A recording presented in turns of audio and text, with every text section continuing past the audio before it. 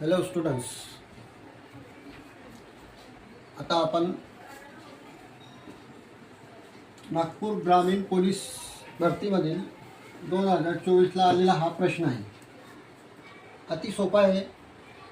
5वी 6वीच्या पुस्तकात सहजतेने उपलब्ध होऊ शकतो. म्हणजे 5वी 6वीच्या पुस्तकात हे शिकवलेलं आहे आणि एकदम सोपा आहे. या ठिकाणी कोणती संख्या येणार आहे हे 4 ऑप्शन दिलेले आहेत. तर याच्यामध्ये एक सोपा नियम आहे का अपूर्णांकांमधील संख्यांचा जर छेद सारखा असेल तर वरच्या संख्यांची बेरीज होते. तर साधा उपाय आहे, खाली तर 9च येणार आहे आणि वरती संख्यांची बेरीज 12 आणि 18 30, 5 आणि 4 9 39 आणि आपलं उत्तर झालं.